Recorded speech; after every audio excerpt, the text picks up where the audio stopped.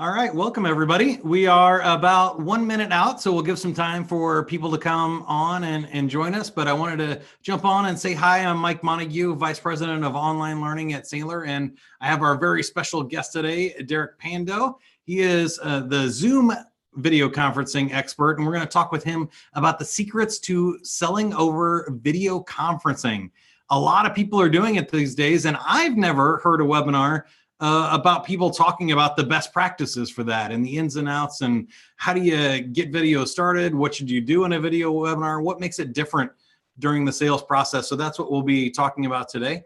And Derek, I think we're at the top of the hour. So once again, it's Secrets to Selling Over Video Conferencing with Sandler Training and Zoom video conferencing software. So Derek, you want to tell people a little bit about Zoom if they've never heard of it before? Sure. Yeah. So Zoom, we do video conferencing. We do everything from what you're experiencing right now, which is a webinar, which is Zoom's webinar platform, to peer-to-peer, to meetings that you're having at work, to broadcasting town halls, to connecting with your conference rooms. So when you walk into a conference room, you can see people on the other side of the world. So video is our thing. We love it, and we're excited to talk about it today.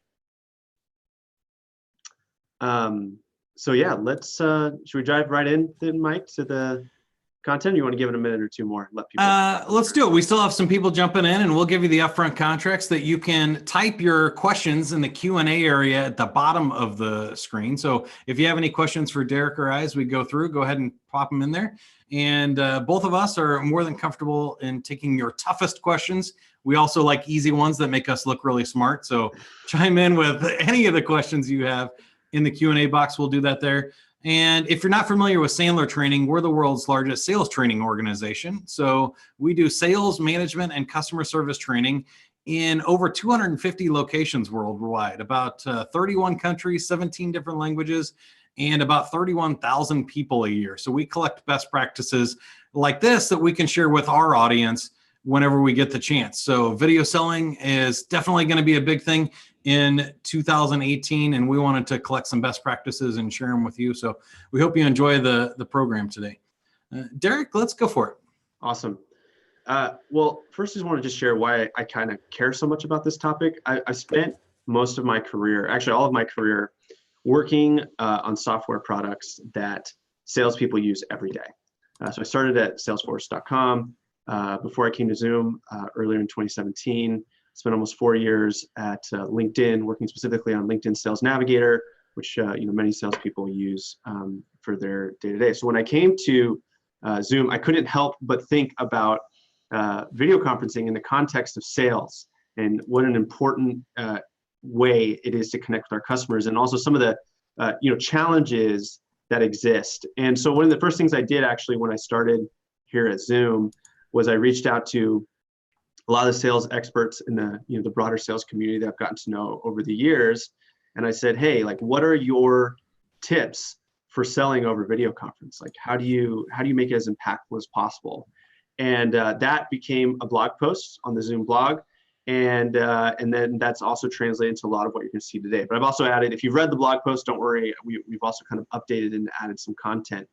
So I'm going to go through, share some tips, and we'll have time for Q&A. But yeah, we'll just start off with the very first one. How many of you, or how often do you guys think you check your calendar? I know for me, like, I probably check it 15 times a day, because I'm about to walk into a meeting and I'm thinking, where's my next meeting? Or in the very beginning of the day, I'm looking at my whole day. Or at the end of the day, I'm looking at the next day, or I'm looking at the next week. Especially if you work in an environment where you have lots of meetings, you are looking at your calendar very, very frequently. And that's why I kind of wanted to start with, I wanted to start with this tip, because I think we don't maximize the use of that real estate very often as a selling tool when there is actually value there. So this tip actually came from Jill Rowley, for those of you who know her. But if you look on the screen here, I have 2 meeting invites, and imagine that these were 30-minute demos. One of them, very straightforward, very practical, says Zoom demo, 4:30 p.m., right? But what Jill, when I reached out to her about her video conferencing tips, said is take every moment to show value, right? So if I was trying to sell you Zoom and have a demo, I'd say easy, reliable video conferencing, Zoom demo. And this is your chance to kind of just get your value proposition in front of your customer in some places that they probably didn't before, and think they might read that 10 times before you actually meet. And hopefully it sinks in. They come to expect that when you're going to talk to them in that meeting at 5 o'clock, it's going to be about how it's easy to use and how it's reliable. So the first tip is show value even in the calendar invite, and tell them what you're going to bring to the table. I like that one a lot. And Derek, I can think about a lot of other things in the calendar too. A lot of salespeople snooze on putting the appropriate details in there. So if you just put Zoom, I imagine that there are lots of other products and companies called Zoom that they could get confused with what it's about. Mike, no, there's only one. There's Zoom.us is the one you want to remember, right? Yeah. But the same thing happens if I just put in Sandler in the invite or something. Is it a person named Sandler? Yeah. Is there a new Adam Sandler movie out? What's going on there? Right. Give them a little bit of context to this, but set some upfront contracts in the agenda. It's really just a best sales practice if you're going to set a meeting, and also let them know that it's a video conference. I know a lot of times I get weird things that say it's a Skype meeting or something else or Google, and it's not. And so I never know which link to click or am I calling. So be really clear in that invite and upfront that, hey, this is going to be a video meeting. You might want to, check your teeth and make sure you have a presentable background behind you, because we're going to do a video meeting, right? Yeah, totally agree. That's awesome. Great tips. All right. Next one. Well, before we kind of dive into that, I think an experience one of my coworkers had a few weeks ago kind of illustrates the point I'd like to make, which is she was working with a partner of ours on some joint marketing efforts. And frankly, she said this person was actually driving her a little crazy. They were communicating over email. There was like some nitpicking going on back and forth.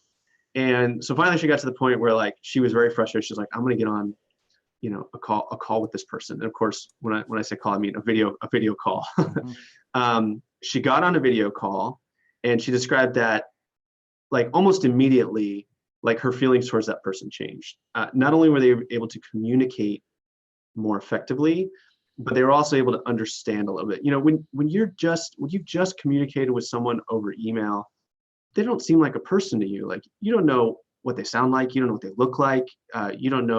You really don't actually know much about them or have much of a kind of emotional or empathetic connection with that person.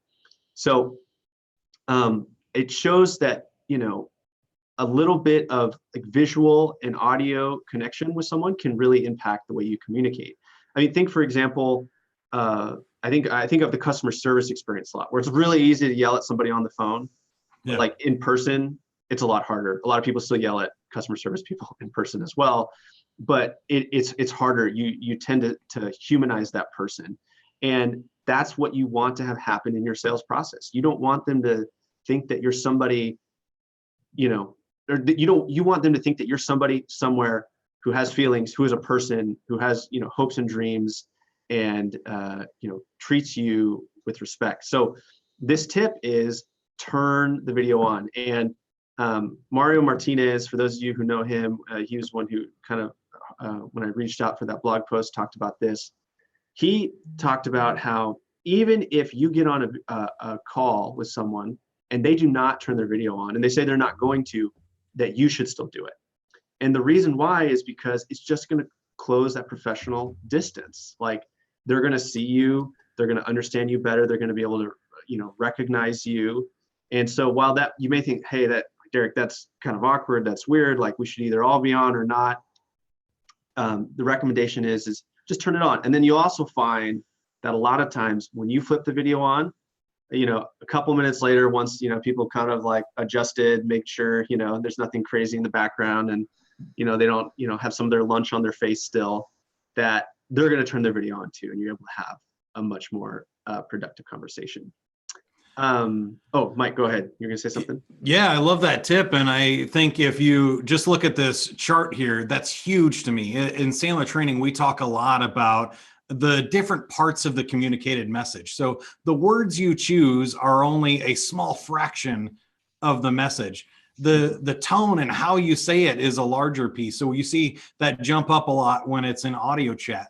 But then when you go to video, you get to see the person's body language. And Derek, I don't know if you've heard this before, but the one we like to use as an example in Sandler training is I didn't say she stole the money.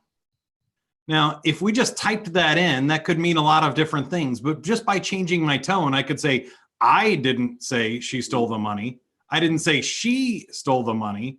I didn't say she stole the money. Yeah. And all of a sudden we have 7 different sentences just by adding tone. But when you add visual, just think, I could make that 1,000. If I point to one girl, I didn't say she stole the money. I move a finger over here, I didn't say she stole the money. The direction and the pointing and the gestures and my face add so much to the communicated message that it just makes selling so much easier, and it makes communicating with another human being so much easier. Yeah, I totally agree. I really like that. I wrote it down. That's how good I thought that was, Mike. I appreciate it. I'll give you credit though when I use it. Don't worry. With this chart, when I first saw it, what amazed me is how steep the drop off was between video chat and just audio and to just IM. And when you look at the workplace use of different ways to communicate, we basically spend most of our communication time in email, which is the least rich. Here's another kind of interesting stat for you, Mike.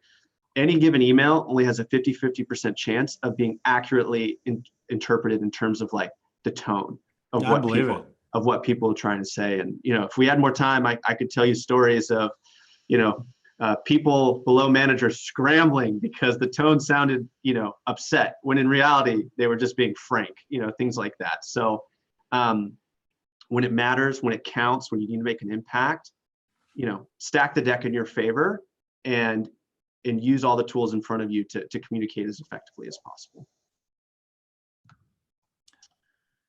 Mike, did you have another comment? Or no, I was just going to say, and I love that tip. Turn it on. So many times we just forget to use it. It's right there. Just click the video on and improve your communication. It's not a hard thing to do. It's just something, if you have to set a reminder in your meeting or calendar or something, just turn it on and start doing it. The rest of it, you'll figure out how to do it, and you'll work the kinks out, and everything else just comes from doing the behavior. So that's great. Yeah. This one's one of my favorites, but I got to start out by kind of sharing an embarrassing thing that happened to me. Early in my career, I was presenting to a couple levels up at my first job. I was probably like a year or so out of college. And at that time, I had a buddy, we're still friends today, but at the time we would get together and we would barbecue. And we called this barbecue bromance. It's just kind of a funny name, right? Anyway, so I'm presenting this important thing, and all of a sudden he sends a calendar invite to my work email, and so it pops up, barbecue bromance this Saturday, like 11 a.m. And it wasn't a huge deal, but what happens when you're in a meeting and something pops up? Everybody looks, like they do it subtly. They try not to but everybody looks, and what it was for sure was distracting. And when you are demoing online, there are a ton of distractions. So I have a screenshot of this is my real web browser, right? So there's a few things that are distracting here. So imagine I want to demo our admin console for Zoom. One, you're like, oh, Derek, he uses Gmail, and these are all the these are the apps that he uses, etc. Right. People look at that stuff and it's distracting. But not only that, I got tabs open. I got YouTube, maybe some cat videos that I'm watching between calls to relax, ESPN, and then worst case scenario, embarrassing Google search. But there's a really simple way to prevent that from happening. One, turn off all your automated alerts from emails, calendar, your messaging tools, whatever it be.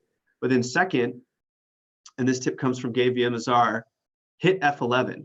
When you hit F11, it basically blows up, makes it so that your tabs disappear, your bookmarks disappear, and all you can see is what's in the screen, which is hopefully, for those of you who are demoing software or a software component of your products or services or a web page or whatever you may be showing, even if you're showing just like a video, you'll be able to get the full attention on that. And people aren't going to be wondering, why you have so many bookmarks or how you could stay organized with 50 tabs open.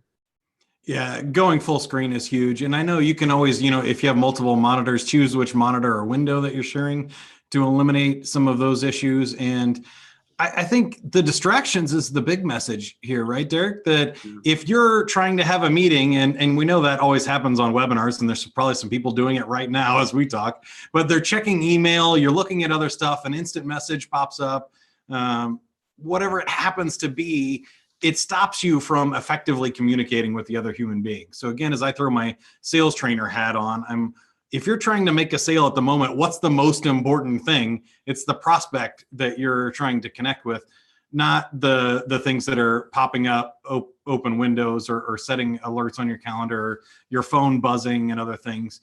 That if you're being distracted, that person is not getting your full attention. So that's a great tip. Awesome. It's a great segue into those comments, Mike, or a great segue into this next one, which is give 100% of your attention. This came from Maxwell Bogner, and as I was kind of doing some research and looking at his kind of take on it, I came across this survey of what else people typically do while they're on a conference call. So if you could, through the Q&A, if you have a funny or interesting thing that you have done while on a conference call that is family friendly, please send it through the Q&A, and maybe we'll read a couple if we get some. The strangest thing you've ever done on a conference call. I would say I am guilty of all of these. I don't know if I've played too many video games. I've definitely placed some online shopping orders. I've done some exercising or stretching in long meetings for sure. I think I may have even muted the call and taken another phone call from my wife or something. So I might be at 90% on these. That's not good. Yeah, I mean, I think the reality is we've all done it to some degree, and it's especially easy when it's audio, and that's part of why we're talking about the power of video, because people aren't going to be taking another call if they're on video, because everybody would be able to tell that they are taking another call, or eating food, or going to the restroom. Thank goodness. I mean, that might actually be the best reason to turn on video, is just to prevent people from going to the restroom while you're talking to them. That's true. It's definitely one of the more awkward ones. And Carson chimed in the chat. He said he has flipped backwards out of his chair. So you got to watch the old lean back trick. That's a good one. Thanks for sharing, Carson. Please send us a video of that. Yeah. See, if that was on video, that would have been even way better. You could be winning 10 grand on America's Funniest Home Videos. That's right. But yeah, it goes both ways. With the video, they're going to be able to, it'll help them pay more attention to you. But I think in return, you really got to give your 100% attention and avoid distractions, putting your phone away, closing your browser, etc., and really, giving it your all. I love that. Jared said he just finished eating lunch and he's checking Facebook and email already. Nice. Awesome. All right. So this next one is have a background that does not distract. If looking at this picture, it kind of hurts a little bit, doesn't it? To see a room that messy. But yeah, you wouldn't want to take a sales call like that. You probably wouldn't want to take a work call, any sort of professional call, but especially in the sales, in the sales process, you just want their attention to be on you. So be very, very mindful of your background. Now, there's a couple ways that you can tackle this. One is to use Zoom's virtual background, right? So no matter where you are, you can throw up a green screen behind you. That's what I have right now. Actually, let me show you guys.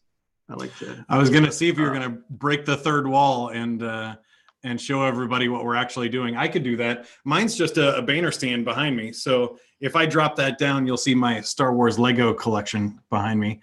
So the Sandler logo is a little bit better of a look, but you just moved from inside the office building to the beach. I love that. Yeah, I know. Isn't that crazy? No, but yeah, that's I take every chance I can to kind of show off this feature. It's kind of fun. Another kind of practical ways to do it is just face against a blank wall, or have the camera pointing towards a blank wall, Or Coca Sexton gave the tip of using a whiteboard. Put the whiteboard behind you, and then you can also sometimes flip around and draw some stuff and show people visually things that you're thinking about or trying to make your point. But it does matter, and it does help a lot. Now, a pro tip from our own Zoom sales team, which they do a lot, is they will create a custom background with the logo of the company you're trying to sell into. So if I'm trying to sell to GM, all these virtual backgrounds, you just upload a picture. So just throw a GM logo on there and upload it. And then when you get on a call, they're going to see a giant GM logo behind you. And it's just gonna be a chance for you to be like, hey, I'm on your team. Like I'm wearing your colors, and I care about your business. It's a small thing, but it could create a very positive impression. Yeah, that's great. And I think we have all seen the downside of this one too. Like people, I've seen people walk in, kids come home from school behind them, or they're in a hall or other things, and stuff like that. Just having the background that's not distracting or not embarrassing in any way is a great thing to do. So good tip. Awesome. Okay, so this one is one of my favorites because I hate taking notes. There are people out there who could sit in a meeting and take notes and pay attention. I am not one of those people. If I'm trying to take notes, I am listening at like 70%. And in a sales call, there's a lot of key things that like you need to catch and you need to remember that are going to help you down the line. I mean, it could be as simple as just action items, but it could also be like their tone, their reaction. Like when you said the price, did they go, oh, or were they like, oh, good, like they're nodding their head. Those are the kind of subtleties that can really make you really good at your job, that if you are trying to take notes, you might miss. So within Zoom, and there's many other video platforms where you can record meetings. I also encourage you to record meetings. But one thing that we launched recently that helps take this to the next level is when you record it, it creates an automatic transcript, right? So you can see this on the right-hand side of a conference room versus the people that are on the call. And so you don't have to take notes. Whoever that note taker was, they can do something else. They can be helping you drum up some more business someplace else, or calling into some of your target accounts. Because if there's something that you want to learn more about from the meeting, you have a search box where you can just type in pricing, and it will show you all the times when pricing was discussed, and you can jump to that point in the video. Mike, go ahead. Did you have? Yeah, that's huge. I was just going to chime in. As a sales trainer, we work with a lot of managers who are trying to coach salespeople. If you have your salespeople use this, then you can search for price or some of those other things, find the part of the transcript or the recording where they talked about this, and then play that back and see how did the person deal with the objections or the price, or how was their upfront contract or their close. You can easily find that part of the video and either read the transcript quickly or watch the recording and help coach that salesperson and help them improve later. I think as a salesperson themselves, just like you said, we don't have to worry about doing the notes. It's really cool that we can go back and search later. But sometimes we also have to prove the things that we said. So, you said it was going to be $100 per person, or this was your budget. We can kind of document and share parts of the transcript and stuff if we have to. So I think even maybe HR related would be great for meetings and stuff like that. Yeah. Where you have to document and prove it. So that's really cool. I definitely encourage, when you are going to record, just let people know. Our Zoom will let people know they're being recorded regardless. And so you wouldn't want to surprise somebody. And I'm sure other platforms are similar. But yeah, a lot of value in recording the meeting. All right. Show mobile demos live. So I have seen demos, I've seen demos on Salesforce before where they're like, oh yeah, let me show you my mobile app, and they're like, hey, check this out, like, and clicking through, and that might be okay, and it might get you by.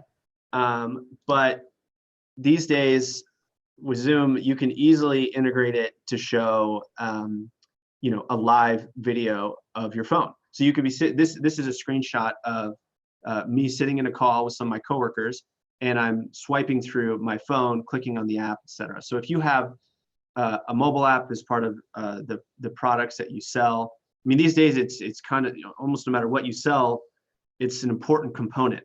And I've seen a lot of salespeople in the past treat it as hey, it's a check mark. You got mobile? Yeah, we got mobile. And maybe for sometimes that's the case and it's not much to brag about. But if there is some cool things that you can show people, really encourage you to show them a live mobile demo and kind of get, I mean, because if you were in an in-person meeting, what'd you do? You'd lean over, you'd hand them your phone and have them click through, or you'd have them look over your shoulder. You can do that now very easily and create that sort of same experience.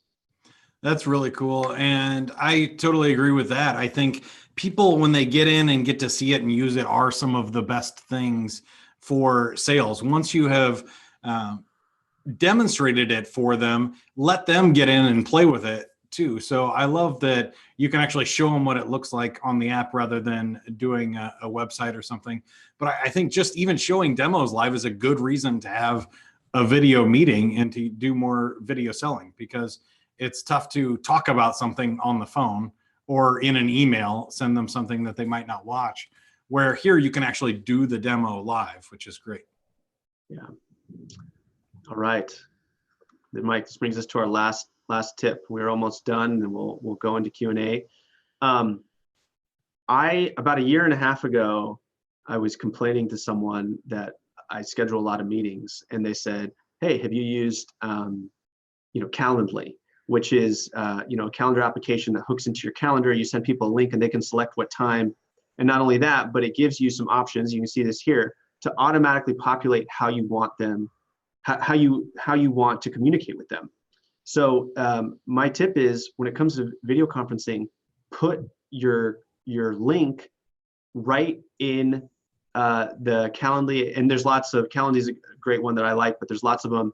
Put it right in the meeting invite, so that you don't even have to think about it, and they don't even have to think about it, because once they select a time and place through this application, I'll send a calendar invite for both your calendars. It'll be there and it'll have the link. So it's not this like, did I send them a link? Oh, I got to send them a link right before. Or if this person's maybe proactive and they're like, how they want to communicate, they look at the calendar invite, they know it's there. And if they don't have, the video conferencing solution that you use, they can download it, they can be ready. It's just, it takes a lot of the friction out of the process. And so I strongly recommend it. And if you're not a high roller enough to have someone who is scheduling your meetings for you, these applications can save you monster amounts of time. I will second that one as well. Another great tip. I use Calendly to schedule all of my meetings. I have done 3 virtual meetings today, and it's only 1:30 in the afternoon here. I got 2 more today, and almost all of mine, because I work remotely for Sandler and we have people all over the world, that all of mine are going to be virtual meetings. So I might as well put that in as the default. And if they need to change it to their call center or their call number or something, or they want to have the meeting somewhere else, then we can change it. But at least that one's already in there as a default. And I can't tell you how many meetings I've had where salespeople or other internal people will invite me to a meeting, and I'm in Kansas City, the rest of the team is in Baltimore, and I'm at the time of the meeting, I open it up and I go, oh shoot, there's no number. And I can't get into the meeting, and I feel like I'm missing out and struggling because they didn't have that set up. So that's a great one. We also had another question here. It looks like maybe Martin asked, are there other tools that you can use? Do you have other integrations available with Zoom? And do you have any tips or things like for making that better? Yeah, so we have lots of integrations. It really, a lot just depends on what your use case, whether it's you're doing a webinar and you want to integrate with your marketing automation solution like Marketo. Zapier, for those of you that used Zapier before, we have lots of different connections into your calendar. But yeah, in general, we are a very kind of open company, and we try to connect into as many workflows as possible. We have connections to Salesforce, et cetera. So yeah, just if that didn't answer it, reach out to me, check out our website, get a little more detail on what your use case is, and I'm guessing that you'll find an integration that'll help you do your job. And Barbara asked the name of that app again. It's Calendly. So Calend, like calendar, but without the AR, and then .ly. That's the one that both of us use for scheduling appointments. I really like it. I found it works great when you're scheduling close meetings. If you see the screenshot he's got there, it doesn't show you months out. So when I've been trying to schedule things several months in advance, sometimes the person has to scroll way over, but I like that one a lot. It saved me tons of times, and you can create different meeting types. So you can see in this one, he's got a 30-minute meeting, but you can schedule an hour meeting. You can schedule 2-hour meetings in person or video, and they can choose right here on the landing page which one they want to schedule. So that's a great tip. Yeah, one of my favorite meeting types, Mike, is I have about a 25-minute commute. And so, especially when I'm, having calls that are a little more like casual in nature and I can just take it in the car, I have a link that says commute chat. So like say if a student reaches out to me and wants to network, I have them call me during my commute, and the instructions in there says call my cell phone, so I can just talk to them on the way home. So no video chats for me while I'm driving. Yeah, exactly. Well, hey, that's a great video sales tip here too. We should tell people not to do that. I always see those funny videos on YouTube and stuff where they're talking on their way in on their commute and stuff and giving tips. You're like, maybe just focus on the driving there. Yeah. Put the headphones in, set it down on your seat, and just do the audio then. Yeah, we actually have a safe driving mode where you swipe to the left on our mobile app, turns off the video, automatically mutes you. But yes, that is safety first, as my dad would say. Good. So we'll take questions. We're at the half hour. We wanted to wrap up our content and do that here in the half hour, but we'll stick around for about 15 minutes and do your questions. If you want to type them in the Q&A area, your toughest ones. I had a couple locked and loaded for you, Derek, but first I see if you want to request a demo, it's zoom.us/live demo. If you want more information on Sandler training, I recommend sandler.com/free session, and you can sit in on any of our training centers. Again, there's 250 plus around the world, and like 175 plus in the United States and Canada. So there's probably one near you. Just go to sandler.com/free session for that. Anything else you want to add here on the call to action before the questions, Derek? No, just if there's anything I can help with, please reach out. I have my email and my Twitter handle up there. Always open for discussions and connecting with new people. That is awesome. So my first question to you was, I found it sometimes awkward to get into these video chats, especially if the other person doesn't turn it on. Do you have any recommendations? Do we need to tell people up front that it's going to be a video meeting? Do I need to ask them to turn it on? What do you think? Yeah, I wouldn't go so far to ask people to turn it on unless it's someone you have a really good relationship with, because there's a lot of reasons why someone might not want to do it, some of which might be very personal. But I think leading by example is best. If you turn your video on, most people eventually, a few minutes into the meeting, once they, like we talked about earlier, gotten everything in order, will flip it on. I do think it helps to say, like in the meeting invite, like we discussed, hey, let's do a video call over Zoom. People are so used to video sucking and not working very well that I think that's part of the hesitancy to do it.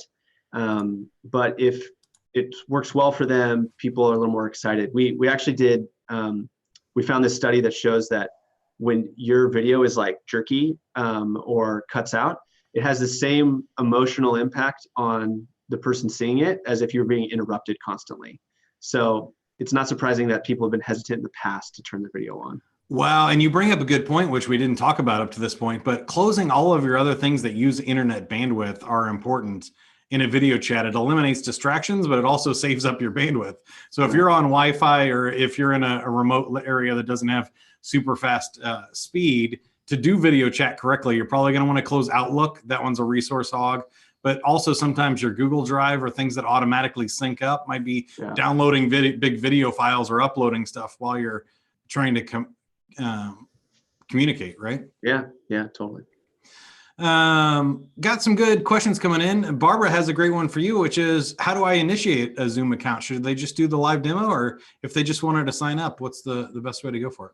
Yeah, so a live demo will, give you a chance to, in a webinar setting like this, see what Zoom is like. But we have a full featured free product that you can just sign up for on our homepage, zoom.us, including things like the virtual background.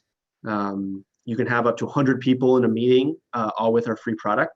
The only limitation is one-to-one. There are no time limits, but if you're doing group meetings, you can only have group calls up to 40 minutes. And then if that's something that you think you'd run into a lot, you'd want to consider upgrading to one of our paid accounts. But yeah, and we're not talking about a lot of money here either. Like No. $20 a month is the basic. Yeah, $14.99. But yeah, it all, if it's just for you, that's probably your easiest route, and you can just buy it online, and you don't need to talk to a salesperson unless you want to. Yeah.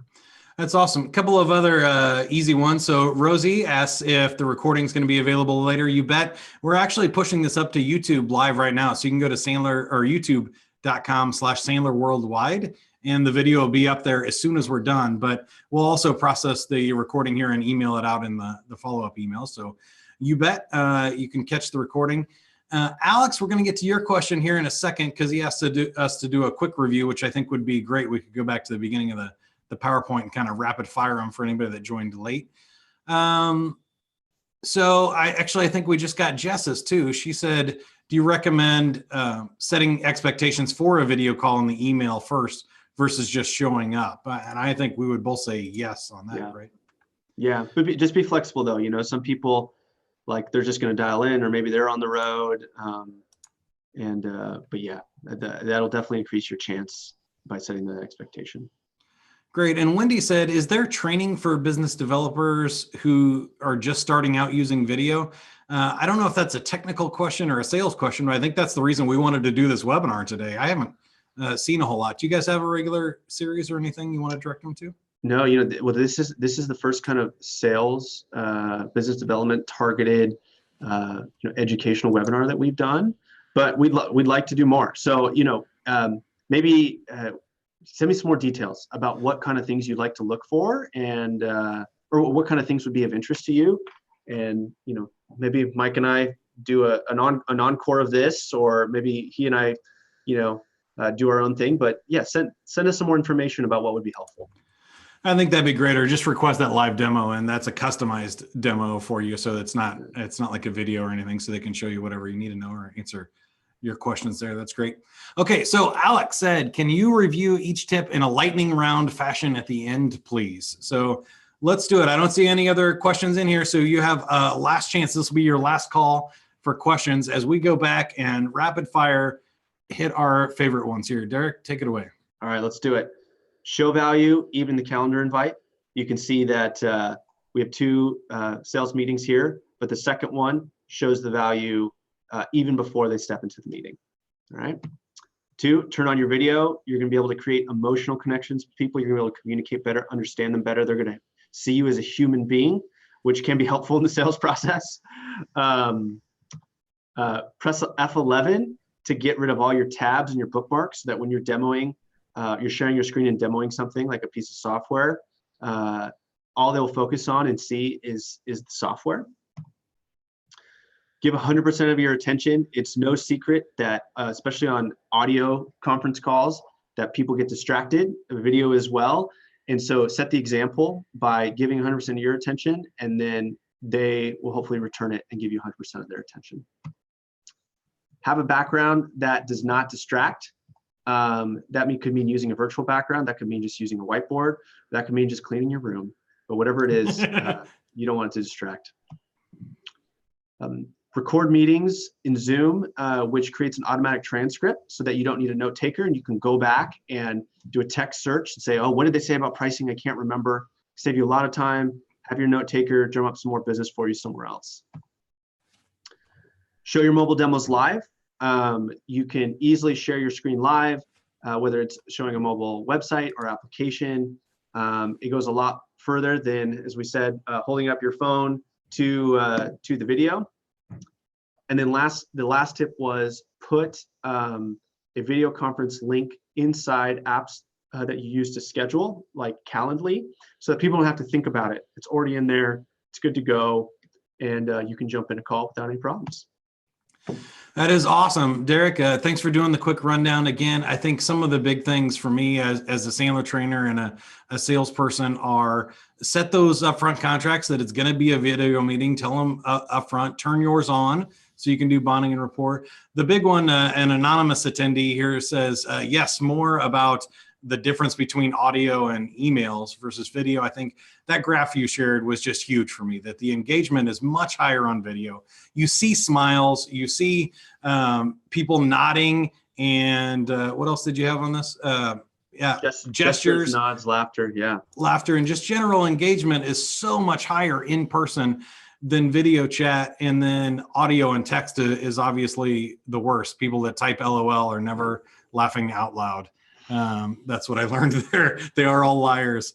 So I think that's huge as a salesperson and a sales trainer. Is obviously an in-person meeting is our best way to meet. And it's going to get the most engagement, the best communication, but that's just not physically possible in a lot of situations, or it can be wasting a lot of people's time to all drive or fly into a location. And so video chat is very close to the same engagement there.